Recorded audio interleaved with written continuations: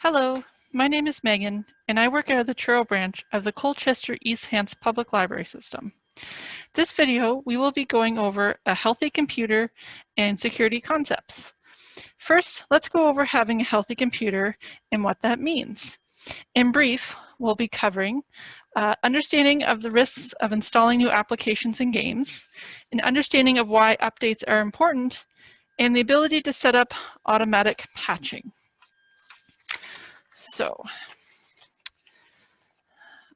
the first thing we're going to talk about here is the risk of installing new applications and games. Backups are important. Copy or back up your data frequently in case something happens to the original. For example, if you lose your smartphone. So while we'll be talking about a computer, a lot of what we're talking about in this video is also applicable to your mobile devices and tablet.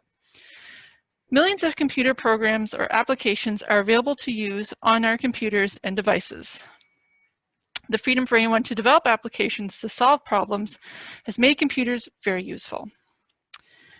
The complexity of software means that every program on your computer and their millions of lines of code represent a potential hidden flaw. Because of this, the risk is low, but you can take steps to minimize the chance of installing poor quality software. When you download or install new applications and games, not only your computer, but on your phone or a tablet, you want to make sure you download software from official and controlled sources and sites.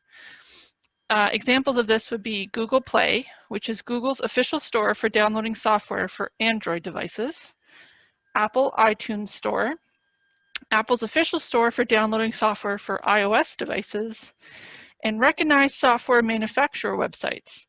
Example of this would be large software companies such as Microsoft, Adobe, Google, Intuit, all provide downloads from their sites. Downloading software from other sites, particularly those advertising a large amount of free software, can be risky, as the site operator is probably not monitoring the quality and content of these applications. And it could be on that site as well that anyone can upload software, and maybe it's for good, but it could also be for bad. Installing illegal versions of software is even more risky, as these applications are often implanted with malware, which you might have heard of before, or at the very least are cut off from the manufacturer's updates that keep the software safe. And malware is just software built to harm your device or to send your information to not very nice people. So to help reduce the risk of flaws on your system, you can uninstall software that you no longer use, you no longer need, or is no longer being updated by the manufacturer. Many software providers arranged with other software providers for secondary software to install at the same time as your product. You might have noticed this before if you were installing something, and as you're clicking through the kind of next steps, it'll say, oh, do you want to install, sometimes it's a installation onto your browser, like a toolbar or something like that. So this is attractive for some companies whose software is not of great benefit to users. It's typically recommended that you do not install this additional software. Most companies will give you the option to install or not. It is very important to read the directions during the installation process of the software you are installing. And I was guilty of this for a while, but you're in the process of downloading something, you just kind of keep clicking the next button. It's very important to see what you're agreeing to when you're clicking through the different pages. So just a reminder to read carefully when installing your applications. And many applications, particularly those on mobile devices, collect more information than necessary. Reading the information in the screen prompts presented at installation can alert you that a piece of software presents a risk to your privacy. An example of this, you might give a weather application access to your location, as it should know where to provide appropriate information. So if I have a weather app on my phone, it'll change and update based on where I'm traveling to. You would choose to install a weather, you would choose not to install a weather application that wanted access to your microphone or contacts. There's no reason a weather app should have access to either of those things. And if one is requesting access to that, I would probably recommend not to download that particular application. Okay, so the biggest thing from that, or take away from that, is to look for software from legitimate sources and read everything carefully during the actual installation process.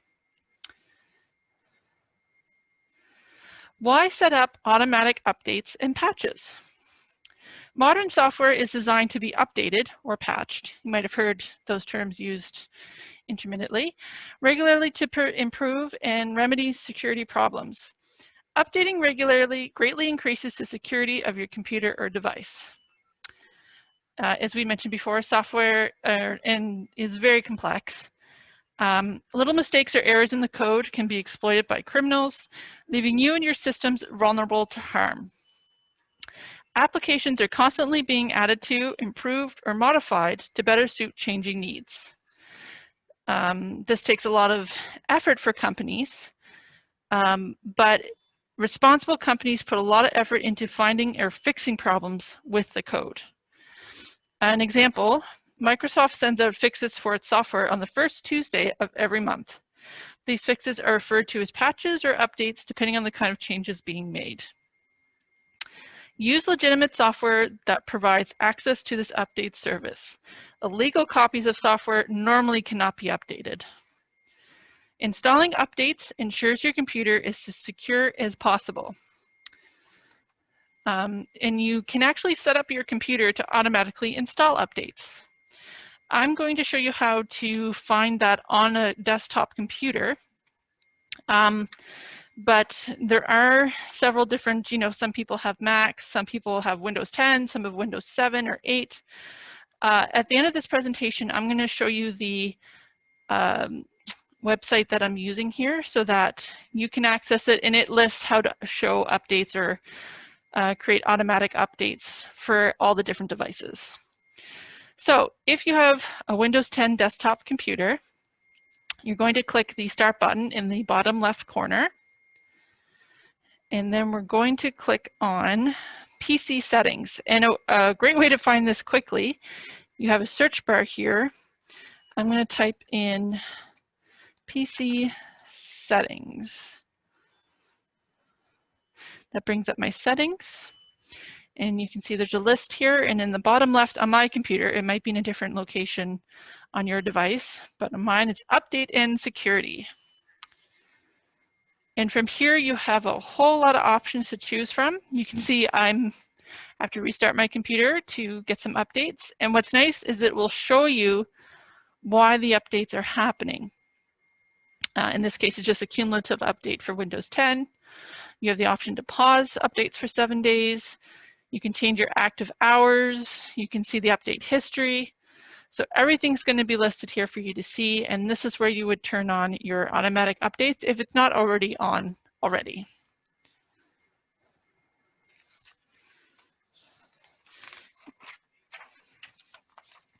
I'll also mention briefly, because I know a lot of people now have smart devices. I'm going to show you here for an Android or tablet or a phone. But if I jump over, let's see, I'm going to go here. Okay, so if I had my tablet or phone open, I'm going to go to the Google Play Store. This is just for Android. It'd be very similar for Apple users as well. But I'm going to go to the Google Play Store app. I'm going to select Settings. You can see Settings here is highlighted. And once you hit Settings, it's going to take you to a screen. And there's going to be an option to auto-update apps at any time. You will tap this, and then this box here will pop up. And your auto-update apps, you can choose how you would like to have them updated. The recommendation is usually over Wi-Fi, because if you do it over network, it could eat up your data and there could be additional charges for this. So over Wi-Fi only is typically what's recommended. Okay, jump back here to my screen. So a healthy computer is the foundation for your internet security. With just these really small, simple steps, you can really help make your computer healthier and safer. Oh my goodness. So, security concepts. For security concepts, we'll be talking about new knowledge to overcome security myths and misconceptions. There are a few. An understanding of the value of information, a security mindset, and awareness of malicious behavior online. So internet security is about managing risk. With the right information, anyone can do it. So when it comes to computer security, there are some common excuses or reasons why people avoid putting effort into computer security. A discussion of these reasons could be valuable. It's kind of like a little self-check-in with yourself, and this isn't a blaming game or anything. These are things I've done myself, and even just preparing for this presentation has helped me be more aware of what security I should be implementing. So some of these may sound familiar to you, but when it comes to security of your device, you might say, it's not my job. Security will always be partially your responsibility. Devices and software and computers can only do so much. Some responsibility falls on the user as well. Another thing you might hear is it's inconvenient. And the analogy they use here is an ounce of prevention is worth a pound of cure. Seatbelts in cars were also once considered to be inconvenient, but they became a habit to save lives. That's a very dramatic comparison to having security on your device, but prevention is always usually worth the time. It's too difficult. With little education and a few good habits, it's easy enough for anyone to practice basic security.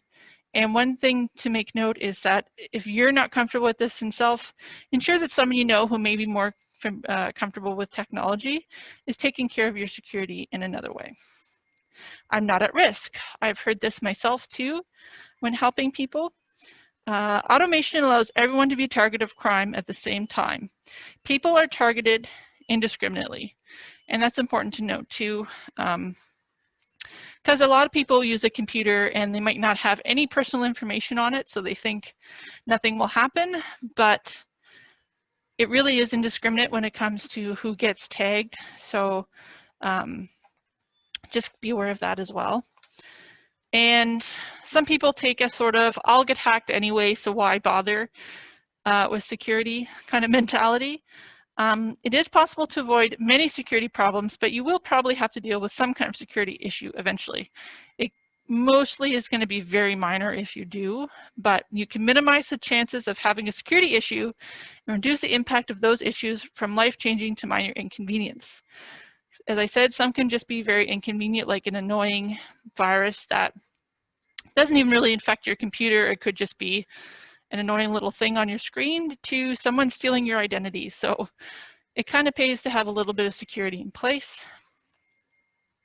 All that being said, think of internet security as something you can take responsibility for by devoting a little time to it. Your information and computer's resources are valuable. Your information has value on the internet. Be careful how you give it away. Your internet connection and computer resources can be valuable to others. A good way to think of this is that information is the currency of the internet. Your information and information about you are valuable to others. Profit-seeking people and organizations are motivated to find out about you, and that's where a lot of scams and malware and viruses, the whole point of them is to gather information. So it's really important that you be cautious when you're giving out information. This includes entering information into forums online and over the telephone. Ask yourself if this website or caller needs this information. If it seems suspicious, think twice about entering information or consider entering fake information or inaccurate information. There's no rule that you have to fill in every form accurately on the internet. And that has some more to do with, say, you know, a Pinterest website. If you're dealing with a bank directly or something, it's a little different. But for the most part, like if you're signing up for emails from a website you enjoy, You don't necessarily have to use completely accurate information. If you're entering information on a website, consider leaving blank any boxes that are not mandatory. Less information, the better, really. If you feel that a person or company's need to have your information is not genuine and justifiable, there's no need to give it to them. Sometimes these websites and programs kind of prey on people reacting without really having a chance to think. So if you can step back for a second and really look at what they're trying to get from you, it could be very helpful. It's also important to note to be careful when sharing information about yourself on social media. You might have heard about this before. Posting information such as your date of birth, address, family members, and pets' names may give criminals information they can use to commit crimes. This may sound a bit silly, but even family member names and pet names, a lot of people use that for their passwords. So you could be giving people your password without really even thinking about it. This information can give them clues for you or your friends or family's passwords, or provide information about what you have in your home and when you'll be away. And I know that was kind of a bigger thing a few years ago, but some people were posting on Facebook like, oh, gone for 2 weeks on vacation. And it's basically announcing to a very wide amount of people that your house is going to be empty for 2 weeks. So just be aware of that when you're sharing information online. So your computer's resources, memory, ability to calculate, and connection to the internet can be of value to criminals. You may think your computer contains no valuable information. Criminals disagree. You need to be vigilant about security. The computer itself may be the objective of criminals. They may use your computer to attack other computers or to hide their identity. So even if you have a very simple computer with nothing on it, so you're not too concerned about people getting access to it, your computer could then be used as a vehicle by other people to hide their identity or do more nefarious things.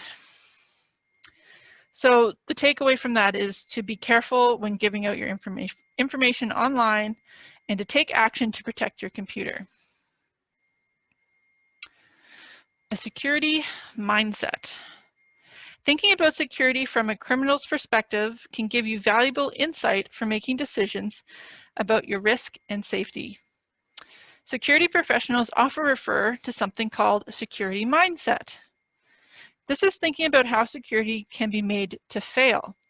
Rather than thinking about ease of use, they think of ease of misuse. They do this to find problems that criminals can manipulate. Thinking like this can be helpful to find sources of risk for yourself. An example of this, a convenience mindset might be, how easy is this password to remember when you're creating a password? Or a security mindset would be, how easy is this password to guess? And I'm going to go over passwords in the next few little slides here, but just to help you understand what a security mindset is. And on like a grander scale, I know some businesses will actually pay hackers to try and hack into their system so that they can find where their weaknesses are. Thinking this way can help you better understand the risk of a particular action and act accordingly. For example, if you're setting up an account that doesn't contain any personal information, you might not bother with maximum security because someone accessing it cannot do much damage. The effect of somebody accessing your bank account would be much greater, so you make it difficult to do. Safety is a balance between convenience and security. Sometimes the easiest option is best when you're dealing with a low risk email, website, that sort of thing. And sometimes a difficult option, like a very complex password, is best. Like a high risk situation if you do online banking or have personal information online. And I'll give a quick little slide here on passwords. Sometimes the hardest part about passwords is just thinking of the password. And over the years, a lot of websites have very strict stipulations for what's required for a password. Where you used to be able to put in an all lowercase, like 5-letter word, now you need you know, capitals and special characters and numbers and a whole bunch of stuff. So here's some ideas that might help make password creating a little easier. Number one, use a password manager. A lot of devices and browsers have a built-in password manager.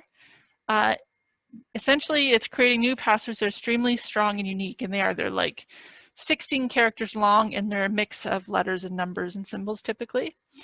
The password manager system saves and remembers passwords for you, and it will automatically log you into the websites. You basically have to just remember one single master password, and the manager takes care of everything else. You really just have to make sure you take care of your master password. Some people like this way of going about password management, but then it's really difficult when you do lose your master password. So worth mentioning if it's something you might be interested in. You can just kind of do a search for password managers and see what's recommended and what are you know, legitimate password managers. You can choose 4 random words for your password. It's a simple yet strong password choice to throw 3 or 4 random words together. If you're doing a kind of a high-risk password, they typically recommend you don't even use recognizable words. But if it's, you know, not such a high-risk one, then 4 random words is really good. They don't even have to flow. So like something that says my name is David is not good enough. That's too obvious. It should be 4 very different words. Some of the examples they have are Seattle, books, coffee, planes. Seattle is the birthplace of Amazon, Starbucks, and the Boeing, the planes. Leeds, walk, cafe, work. Remember, I live in Leeds and walk past a cafe on the way to work. So that's an example of 4 random words. They also have a little reminder here, you should never reuse the same password across different websites. If they're able to hack and break into one website, they'll have your password for all of them. Use entire phrases. If you struggle to remember a random sequence of words, then how about a phrase instead? And in this case, you can see they had spaces. Some websites, when you're creating a password, will not allow spaces. Some will. But they have some examples here too. Nice and long, you end up with like, you know, 25 letter passwords. So it's one option. My personal favorite is to create a passphrase acronym. So instead of typing out the full phrase, why not turn it into an acronym? For example, if you choose the phrase, my daughter was born in Sheffield Hospital in 1984, then by taking the first letter of each word, you can see what it is here. So that's my daughter was born at Sheffield Hospital in 1984. You'll end up with a password that's both strong and easy to remember. It really is my favorite because you end up with these really great strong passwords because there's no easy way to guess those. And all you have to remember to yourself is passwords. They don't have to be difficult to remember. So that is what you would use for reference. Just don't use the ones here, the referencing. Pick a phrase for yourself that you'll be easy to remember, and then use that for your acronym. Use the keyboard. This one's a little trickier, but also creates a great password. Using patterns of letters from the keyboard, such as A, S, D, F, G, H, J, K, L, which looks good, but if you look at a keyboard, that's just the middle row of the keyboard. And the other one here is QWERTY, which is the top half row of the keyboard. These are very, very popular passwords and are easily guessed by criminals online. Or hackers. One option is to remember something simple as your children's names. Say they were Jane and Charlie. Your password could then use keys that lie above and to the right of the letters on your of your password. So Jane, Charlie, if, for example, I go to J, go up a row and go 1 to the right, I get an I, which is why this starts with an I. It's kind of tricky to do it first, but like everything else, it'll become second nature pretty quickly. And it doesn't have to be up and to the right. It could just be below or back 1, but that's not a bad one either. Misspellings, you can always misspell a phrase and, you know, use the number 2 instead of the letter T-O. It's a good one. They did say here is to avoid, use something basic and then substitute similar looking letters. So 0 for an O, 1 for an I. The resulting passwords might look secure and even meet common password rules, but in reality, they're not secure at all. So for spelling out password, they use the @ symbol and number sign. This is also very, very, very common and easily guessed by a lot of hackers. You could create a formula. This is if you're into math. Dog plus cat equals 8 legs, for example. And yeah, those are kind of the big ones there. Adding spaces if they'll allow you to do that, using brackets, adding a random word into something. So those are kind of the main ones.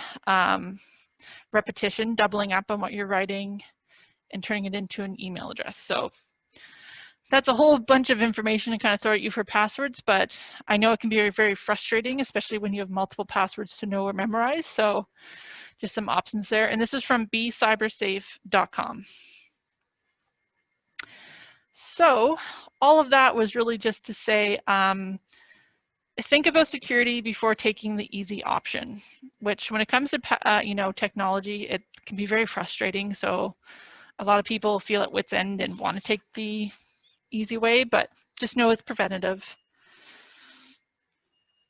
Okay, online risks.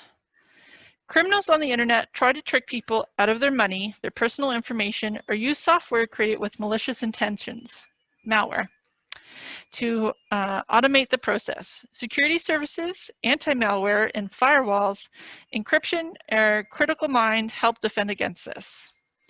Criminals on the internet can be thought of as either targeting a person, tricking them or harming them directly, or targeting a computer, stealing resources or information. When you're targeting a person, the criminal uses the internet's communication and ability to publish independently to hurt, defraud, or steal. So be skeptical when dealing on the internet, since computers make it easy to forge document pictures and identities. When it's against a computer, a criminal can steal, copy without right or permission, personal information and data from your computer, or when dealing with others on the internet. They can manipulate the data or change them to deceive you. A great deal of this manipulation and stealing is automated and performed by computer software that criminals have downloaded or written themselves called malware.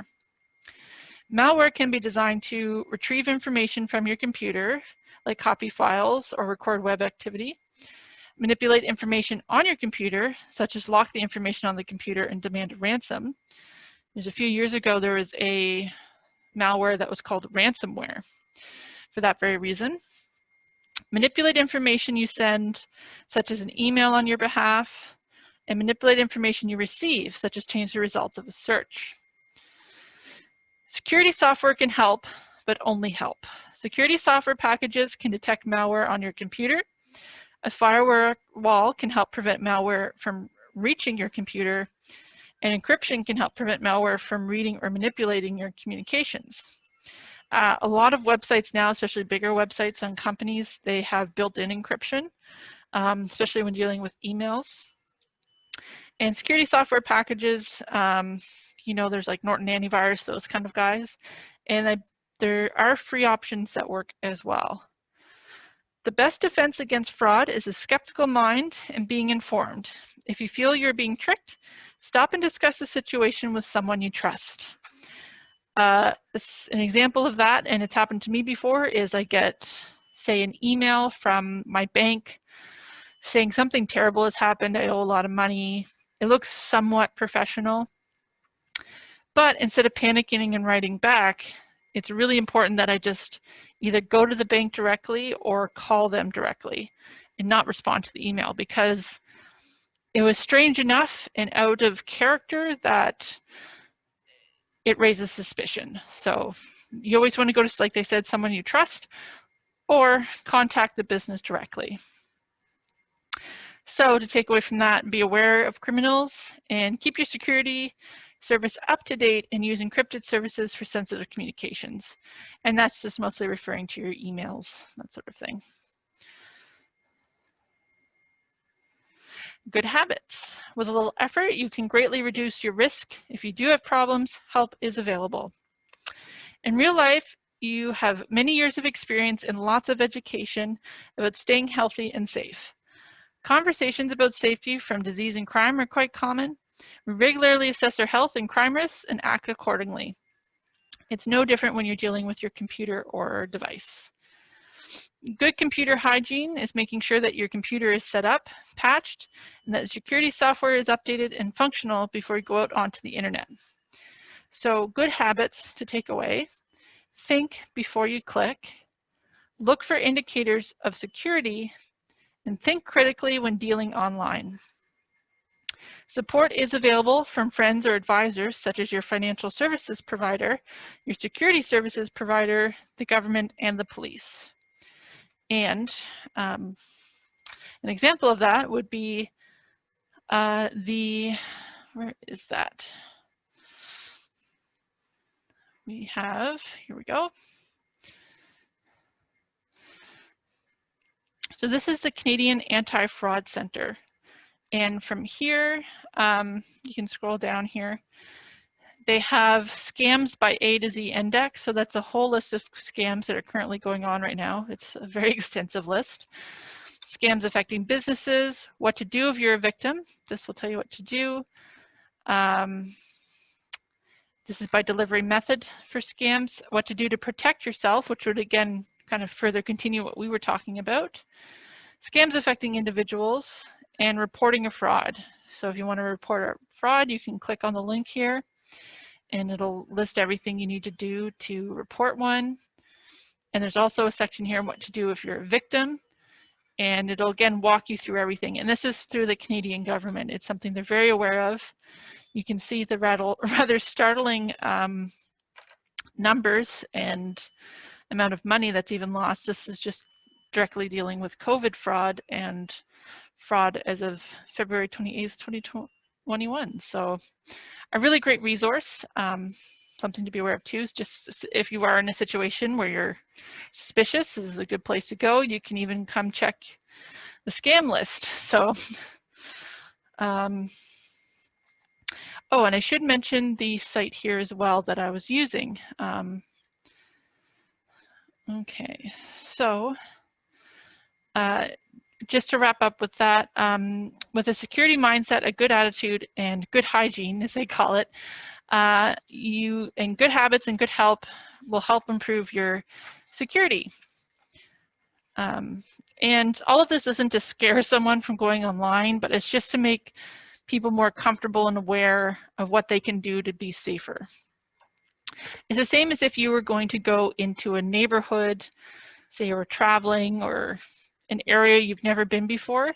You would take some safety precautions before you went into a neighborhood you'd never been before. It's the same when you're going out onto the internet.